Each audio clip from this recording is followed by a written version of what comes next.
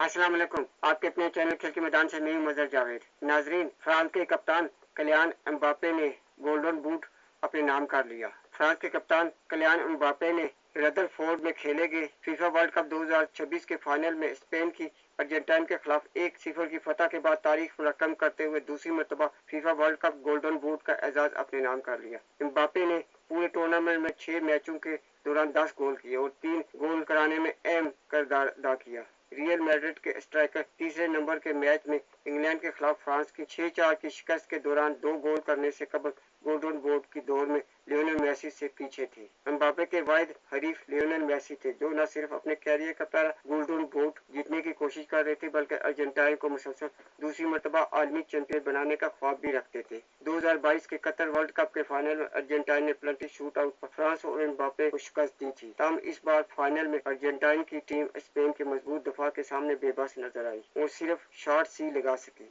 जो दोनों मैच के आखिरी लम्हात में लगे। लियोनेल मेसी मुसलसल तीसरे मैच में गोल करने में नाकाम रहे। इससे कबल इन्होंने ग्रुप मुकाबले के 3 मैचों में राउंड ऑफ 32 और राउंड ऑफ 16 में मजमूई तौर पर 8 गोल स्कोर किए थे। सिर्फ 27 साल की उम्र में किलियन एम्बापे खुद को वर्ल्ड कप की तारीख का अजीम तरीन गोल स्कोरर कहलवाने के हकदार बन चुके हैं। हफ्ते के रोज इंग्लैंड के खिलाफ तीसरे नंबर के मैच में वर्ल्ड कप की तारीख में सबसे ज्यादा गोल करने का रिकॉर्ड कायम कर दिया। एम्बापे ने सिर्फ 22 मैचों में 22 गोल स्कोर किए। मेसी ने अपने कैरियर का अख्ताम मुमकिन तौर पर 39 वर्ष की उम्र में 21 वर्ल्ड कप गोल्स के साथ किया। एम्बापे ने 8 गोल इराक, सेनेगल, स्वीडन और इंग्लैंड के खिलाफ 2-2 गोल की सूरत में किए थे। इस कारनामे के साथ वो 1970 में जर्मनी के गेर्ड मोलर के बाद एक ही वर्ल्ड कप टूर्नामेंट में 10 या इससे ज्यादा गोल करने वाले पहले खिलाड़ी बन गए। नाजरीन, अगर आपको मेरी वीडियो पसंद आती है तो इसे लाइक और सब्सक्राइब जरूर करें और बेल आइकन के बटन को दबा दें ताकि आपको मेरी वीडियो बर वक्त मिलती रहे।